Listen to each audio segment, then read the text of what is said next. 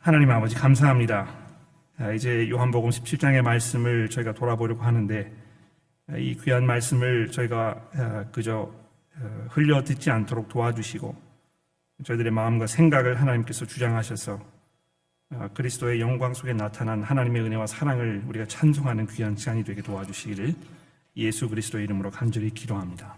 아멘. 요한복음 17장은 정말 훌륭한 그런 말씀입니다.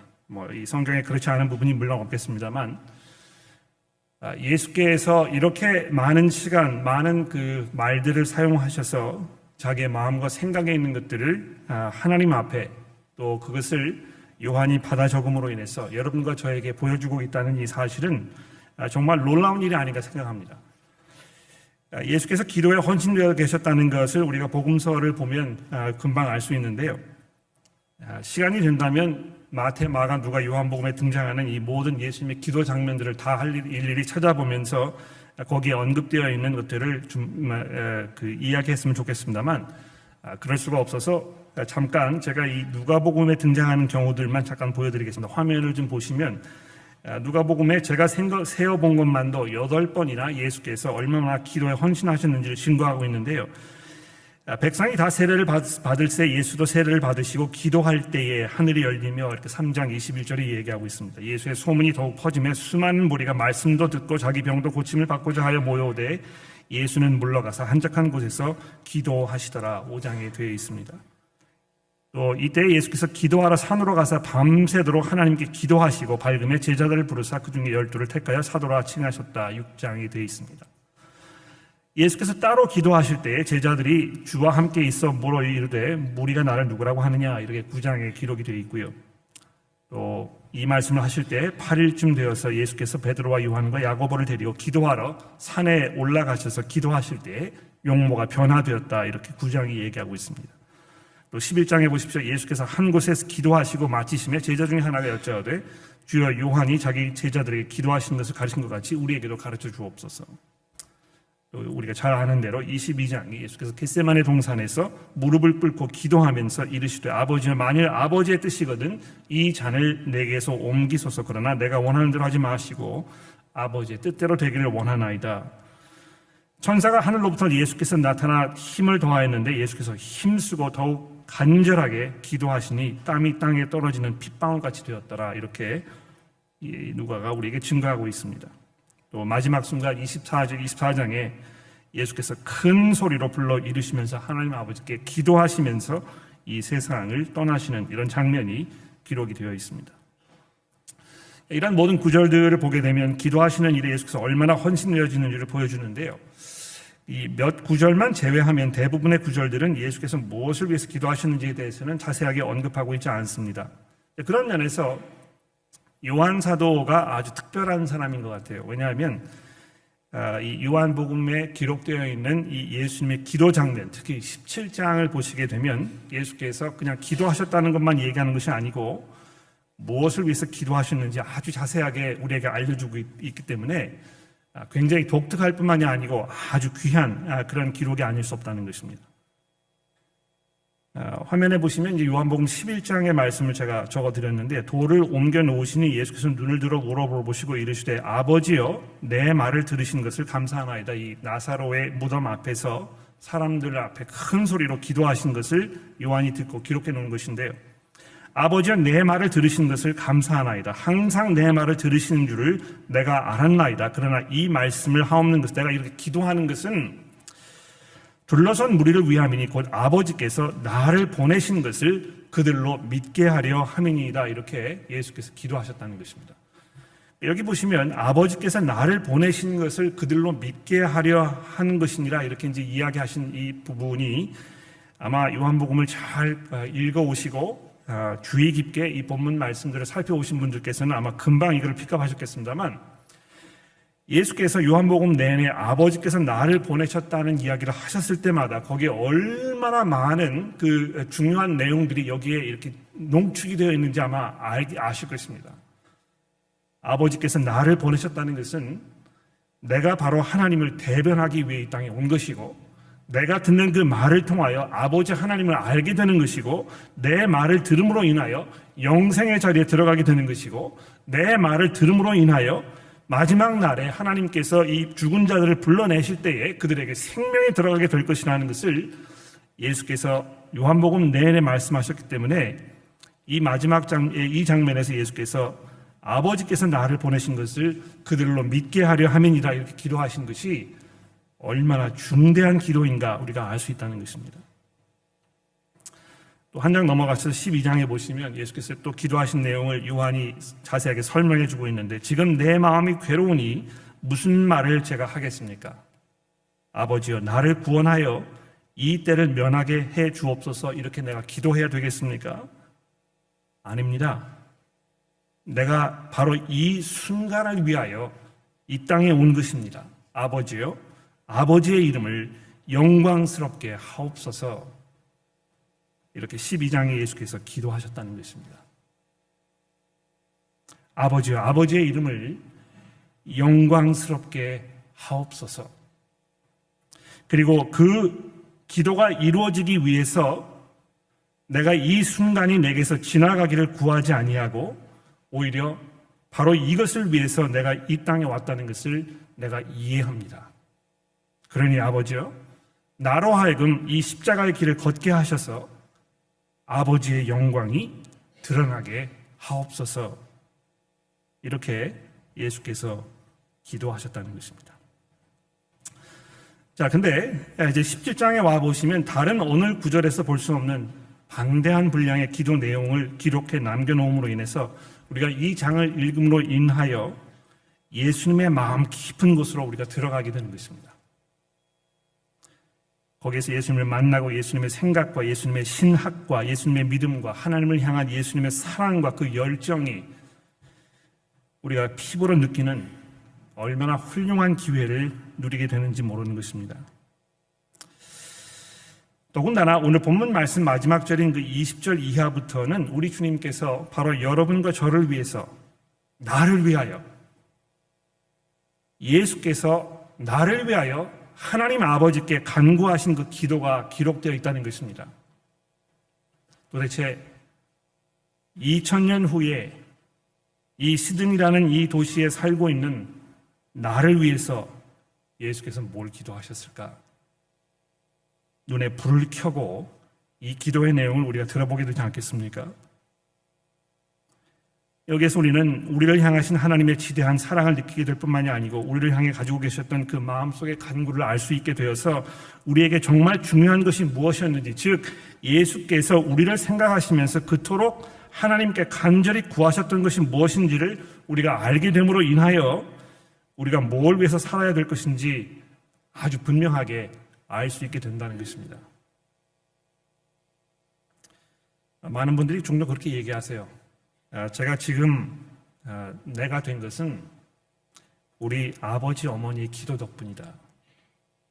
우리 아버지 어머니께서 나를 위해서 이렇게 기도하셨기 때문에 내가 지금 여기 이렇게 살고 있는 것이고, 내가 이런 사람이고, 내가 이런 직장을 가지고 있고, 내가 이렇게 살고 있는 것이다. 다 이것이 아버지 어머니의 기도 덕분이라든지 이렇게 이야기하시는데요.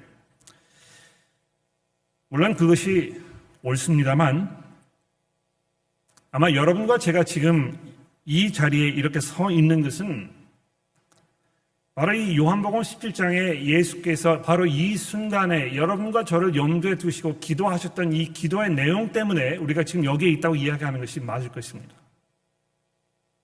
그리고 이 간구의 내용에 맞추어서 여러분과 제가 이제 살아가야 되지 않겠습니까? 예수께서 이것을 위해 기도하셨는데 이건 이제 우리가 다 접어두고 다른 방향으로, 다른 방법으로, 다른 것을 위해서 살고 있다면 이것은 우리에게 큰 그 경고의 말씀이 뿐만이 아니고 우리가 우리를 다시 점검하며 새로운 마음으로 우리 스스로를 돌아보아야 하는 이런 기회의 순간이라는 것입니다.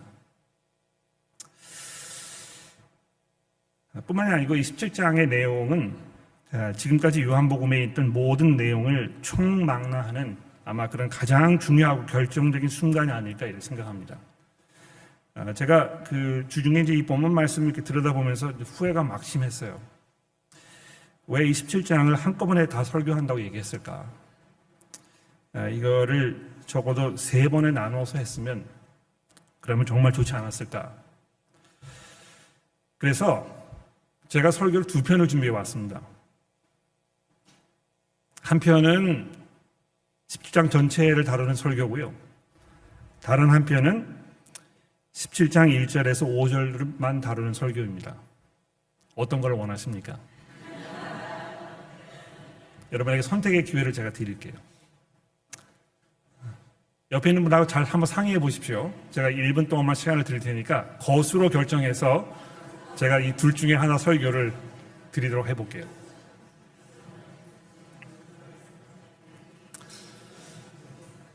자, 됐습니다. 1절부터 5절만 합시다. 네. 10장 전체를 합시다. 반반인 것 같아요. 그럼 2개를 다 할까요? 제가 1절부터 5절을 좀 집중해 보고요. 시간이 나는 한에서 나머지 부분들을 추가로 다뤄보도록 그렇게 할 예정에 있습니다만, 제가 좀 다루려고 하는 것은 특히 20절 이하의 말씀이라는 사실을 좀 기억해 주시면 좋겠습니다. 자, 우선 1절부터 5절 말씀해 보시면 예수께서 자기 자신을 위해 기도하시는 내용이 담겨 있습니다. 여러분도 여러분 스스로 위해서 기도하시죠. 그렇죠? 여러분은 기도하실 때 여러분 스스로를 위해서 어떤 기도를 드리십니까? 무엇이 여러분들의 마음속에 있는 간구이며 여러분 스스로를 위한 기도입니까? 예수께서 이 마지막 순간에, 이 결정적인 순간에, 이 절체절명의 순간에, 이제 죽음을 앞두고 계시는 이 마지막 순간에 뭐라고 기도하셨습니까? 아버지요, 나를 영화롭게 하소서. 이 영화롭게 하소서라는 이 말은 나를 영광스럽게 하소서, 또는 내가 모든 영광을 누리게 하소서, 내게 영광의 순간이 오게 하소서라는 그런 말입니다. 우리도 종종 이런 기도 많이 하지 않습니까? 하나님, 제가 내일 시험이 있습니다. 이 시험을 잘 치르게 해 주십시오. 내일 이 job 인터뷰가 있습니다. 이 인터뷰를 잘 할 수 있도록 도와주십시오. 내일 제 아들이 어디에 가서 뭘 하게 되어 있는데 꼭 성공하게 해 주십시오. 이런 모든 기도와 간구 속에는 어떤 의도가 담겨 있는 것입니까? 이 일이 우리가 원하는 대로, 계획한 대로 잘 진행되어서 그 영광의 순간을 우리로 만끽하게 해 주십시오. 이렇게 기도하는 것입니다. 근데 예수께서 아버지여 나를 영화롭게 하옵소서라고 기도하셨을 때 도대체 뭘 간구하신 것일까? 여러분, 이거를 잘 한번 마음속에 새겨보십시오. 온 세상의 창조주시며 구속자로서 모든 능력과 권세와 영광 중에 하늘 보좌에서 모든 천군과 천사들과 함께 하늘의 권세들의 이 찬송과 경배를 받으셨던 그 분께서, 하나님께서 창세 전에 정하신 뜻에 따라 거기에 순종하셔서 종의 모습으로 인간이 되셔서 그 모든 영광과 권세를 잠시 내려놓으시고 이 세상에 우리 인간들이 겪는 모든 슬픔과 고통과 피로와 갈증과 배고픔과 유혹을 견디어 내셔야 했던 것입니다. 그 영광을 감추시고 또는 잠시 내려놓으셨기 때문에 그분의 정체를 아무도 알아차리지 못하였고, 그래서 예수께서는 이 땅에 오셔서 사람들의 미움과 조롱과 의심과 핍박을 온통 감수해 내셔야 했던 것입니다. 그런데 이제 이 십자가에 못 박히는 이 죽음을 통해서 창조주여 구속자로서의 진수를 그 만천하에 드러내시는 그 순간이 이제 마침내 이루어지는 그 순간이 이제 오게 하소서, 이렇게 간구하고 계시는 것입니다. 그런 면에서 이 기도는 자신을 위한 기도이기도 합니다만 더 나아가서는 아버지의 영광을 구하는 기도라고 이해하는 것이 마땅합니다. 1절에서 예수께서 이렇게 기도하지 않았습니까? 아버지여 때가 이르렀사오니 아들을 영화롭게 하셔서 아들로 아버지를 영화롭게 하옵소서. 십자가의 죽음을 통해서 하나님의 정의와 하나님의 사랑이 그 찬란한 빛을 동시에 드러내는 이 순간입니다. 보통 여러분 그 정의를 실현하려면 죄인들에게는 자비를 베풀 수가 없는 게 마땅하고요. 또 죄인들에게 자비가 우선이 되려면 무고한 피해자에게 마땅히 누려야 할 이 공의가 타협될 수밖에 없는 것이 우리 인간의 현실입니다. 정의와 자비가 동시에 이루어지는 이 일은 우리 인간 사회에서 거의 불가능하다고 봐야 할 것입니다. 그러나 하나님께서 이 십자가의 길을 통해서 사랑과 공의를 온전히 이루어내심으로 자기의 영광을 이 온 천하에 드러내신 것입니다. 예수 그리스도께서 인간의 몸을 입으시고 이 땅에 오셔서 자기를 통하여 이 하나님 아버지를 드러내셨을 때 요한이 뭐라고 1장 18절에 기록하고 있습니까? 우리가 그 아들의 영광을 보매 독생자의 영광이요 그 안에 진리와 은혜가 충만하더라 이렇게 외치지 않았었습니까? 아, 하나님이 이런 분이시구나. 정의와 공의의 하나님께서 매몰차게 죄인들을 벌하여서 하나님의 정의만을 구하신 것이 아니고 그 정의를 이루심과 동시에 한없는 사랑으로 한없는 자비로 죽어 마땅한 죄인들을 부르셔서 자기의 아들로 삼으시는 이 놀라운 하나님의 계획과 목적이 십자가를 통하여 완성된 것이구나 하는 이 감격과 감사의 찬송이 우리 입에서 저절로 흘러나올 수밖에 없는 것입니다. 그리스도를 통해서 하나님을 알게 되었을 때, 하나님의 영광을 우리가 비로소 보게 되었을 때, 하나님의 능력과 사랑 안에 우리가 들어가게 되었을 때 비로소 우리는 하나님을 영화롭게 하고 하나님께 영광을 돌리고 그분의 이름을 찬송하고 그분께 감사를 드리지 않을 수 없게 되었다는 것입니다. 4절 말씀에 보시면 아버지께서 내게 하라고 주신 일을 내가 이루어 아버지를 이 세상에서 영화롭게 하였사오니 이렇게 말씀하지 않으셨습니까? 죽기까지 순종하심으로 모든 말과 모든 행동과 모든 생각에서 단 한 번도 아버지 하나님의 그 뜻을 벗어나신 적이 없었던 예수께서 자기의 사역을 통하여 자기의 삶을 통하여 온전히 하나님의 영광을 드러내셨던 그것을 기억하시면서 아버지요, 이제 아버지의 영광이 온전하게 드러나는 그 십자가의 순간을 나로 하여금 걷게 하옵소서. 저로 그 길을 가게 하옵소서. 바로 이 때를 위하여 내가 이 세상에 보냄을 받았나이다. 자, 이렇게 해서 예수께서 자기 자신을 위하여 기도하셨습니다. 어떻게 보면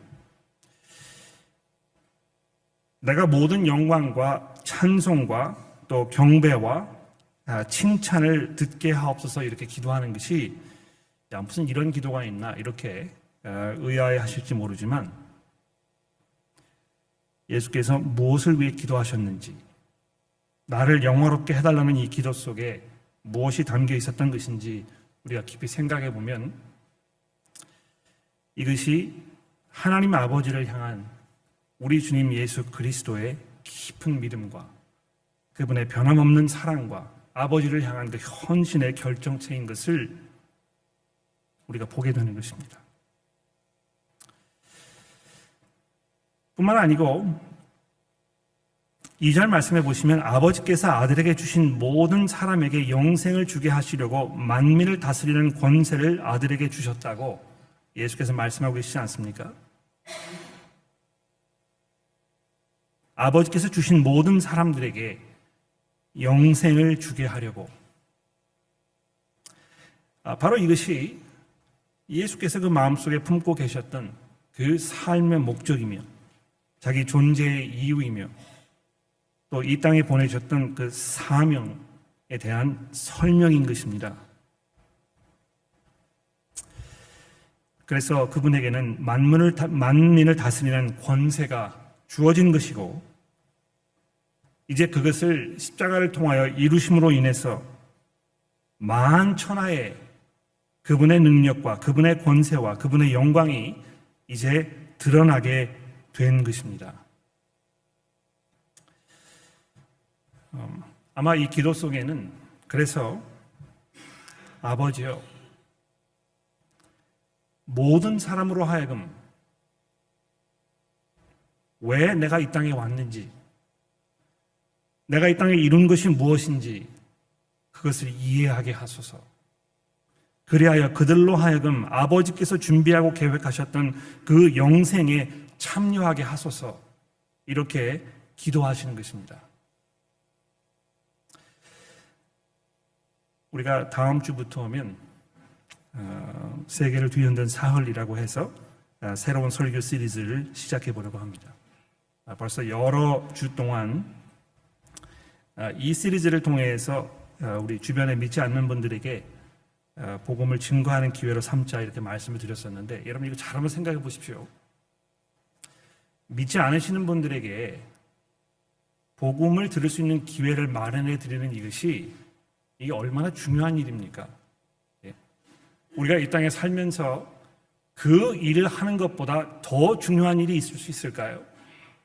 우리가 이것을 함으로 인하여 예수 그리스도께서 영광을 받으시는 것이고, 예수께서 영광을 받으심으로 인하여 그 아버지께서 모든 찬송과 영광을 누리시게 되신다는 이 1절부터 5절의 말씀을 기억해 보았을 때 우리가 정말 새로운 마음으로 열정을 가지고 이번 기회를 통해서 더 많은 사람들에게 예수 그리스도에 대한 참된 복음이 증거될 수 있도록 우리가 애써 수고해야 될 것입니다.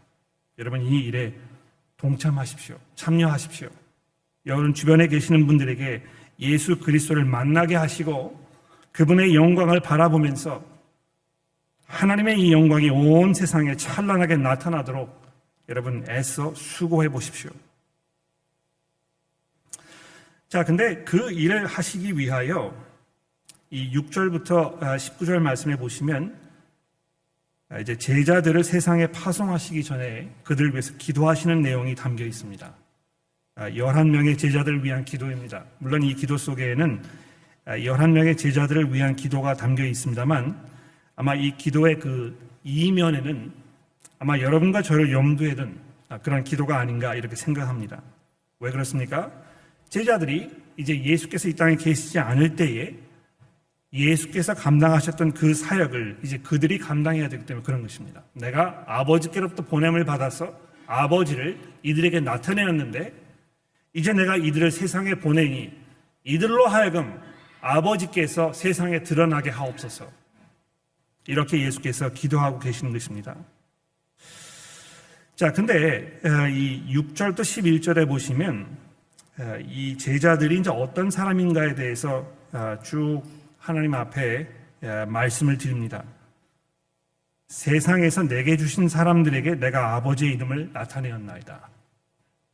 그들은 아버지의 것이었는데 내게 주셨으며 그들은 아버지의 말씀을 지키었나이다.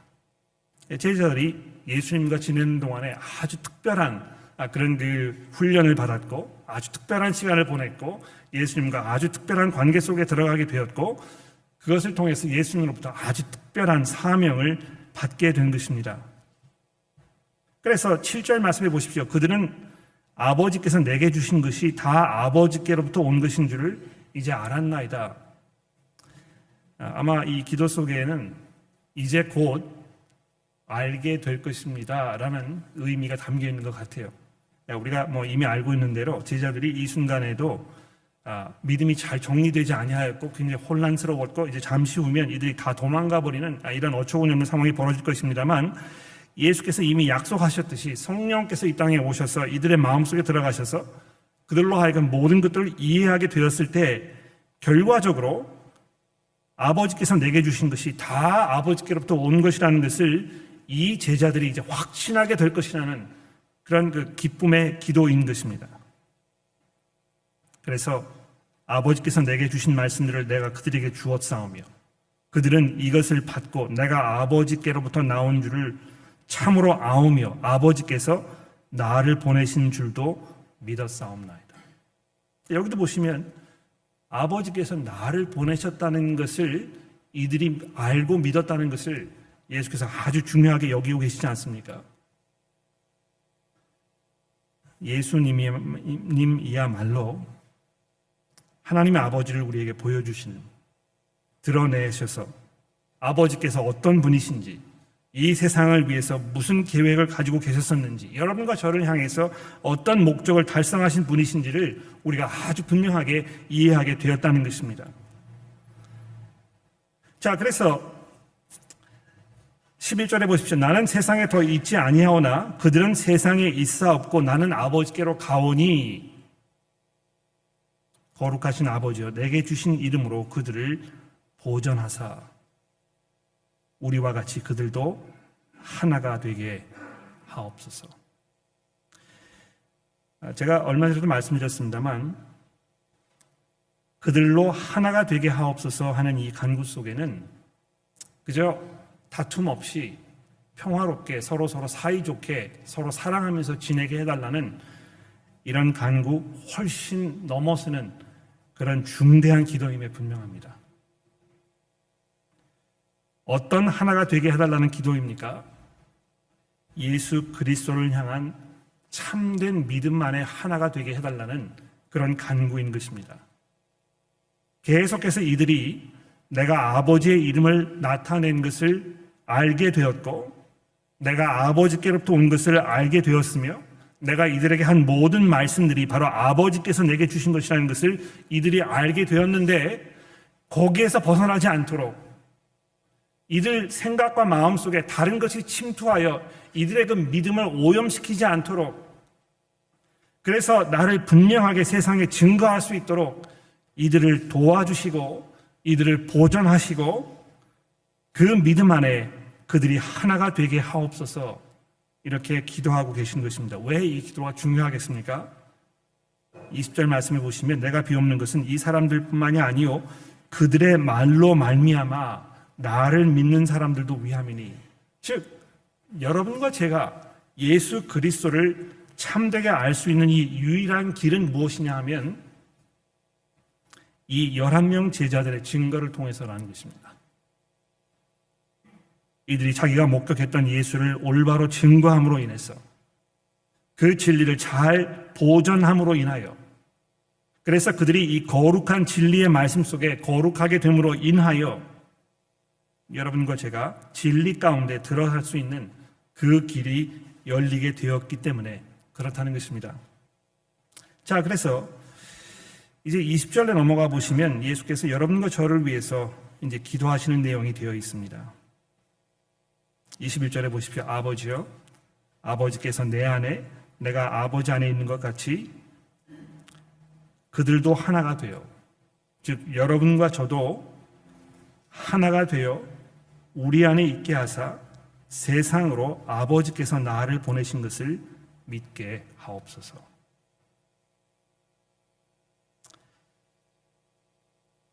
이 두 가지 중요한 부분이 있는데요. 우리가 정말 하나가 된 것인가? 우리가 하나가 되기 위하여 애쓰고 수고하며 노력하고 있는가? 이것은 우리가 한 믿음을 공유하고 있는가? 예수 그리스도에 대한 참된 고백 가운데 우리가 하나가 되고 있는가? 이것에 대한 말씀입니다. 우리가 그 주일 모임 시간마다 사도신경이라든지 니케아 신경을 항상 고백하고 있는데요. 여러분은 어떠신지 모르지만 저는 주일 모임 시간에 이 신앙 고백하는 이 시간이 얼마나 감격적인지 모릅니다.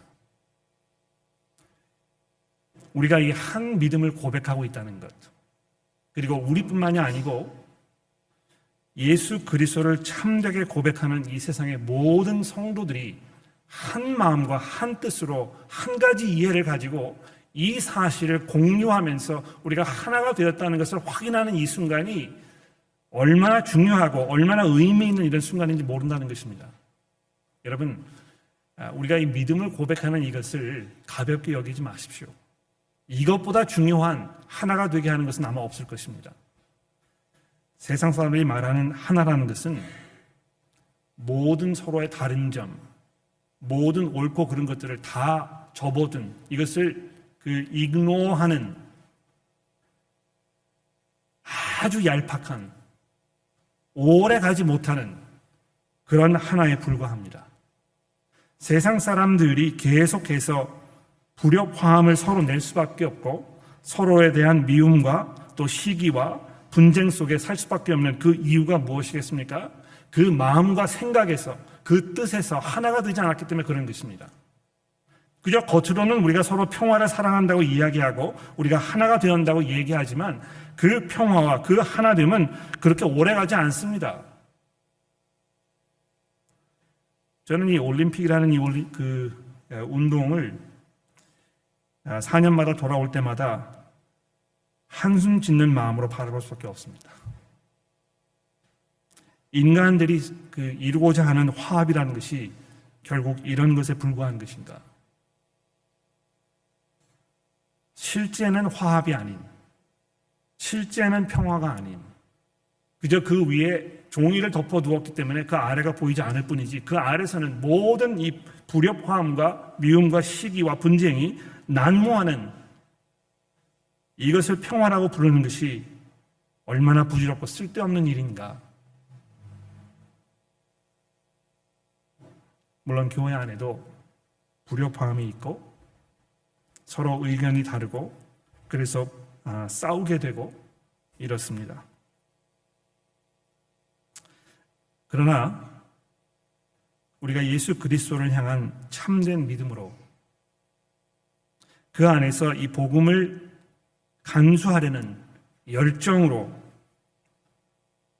예수 그리스도께서 우리의 구주이시며 그분께서 사랑과 겸손으로 우리를 섬기시기 위하여 종의 몸을 입으시고 이 땅에 오셨다는 것을 우리가 참된 믿음으로 고백하는 그 고백의 반복 속에서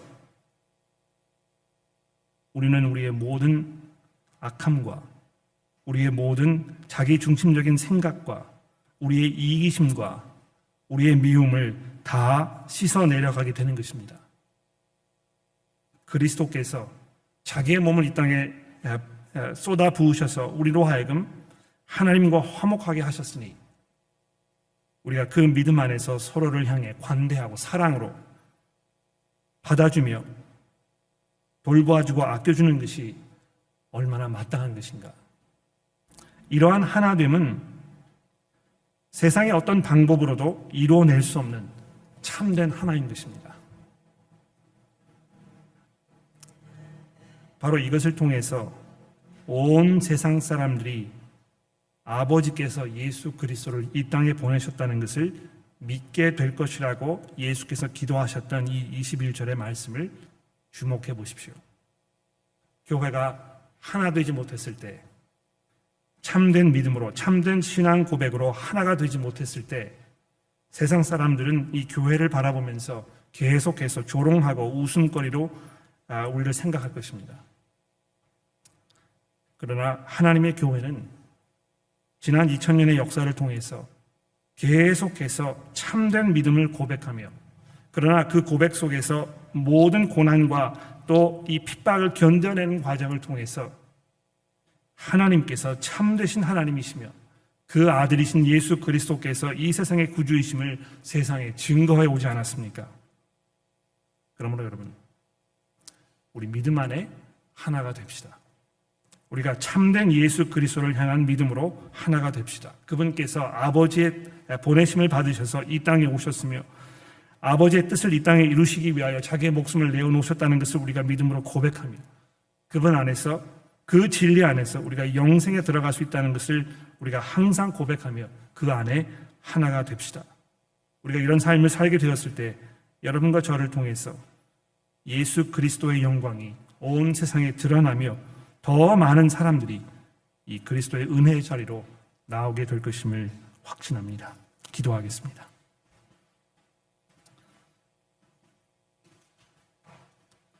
하나님 아버지, 우리의 구주이신 예수 그리스도께서 모든 영광과 찬송을 받으시기를 간구합니다. 우리를 위해 죽으셨다가 부활하셔서 하나님의 보좌 우편에 앉으셔서 이제 하나님의 뜻을 완성시키신 그분의 그 능력과 그분의 그 영광을 우리가 찬송하며 그 영광이 온 세상 만천하에 환히 밝혀지게 되기를 기도합니다. 하나님이여, 예수께서 재림하시는 그 순간에 이것이 단 한 사람의 예외도 없이 그 마음속에 각인될 것임을 우리가 기억하지만 그때가 되었을 때 어떤 사람들은 반강제로 무릎을 꿇어야 하는 그런 순간이 오게 될 것임을 기억합니다.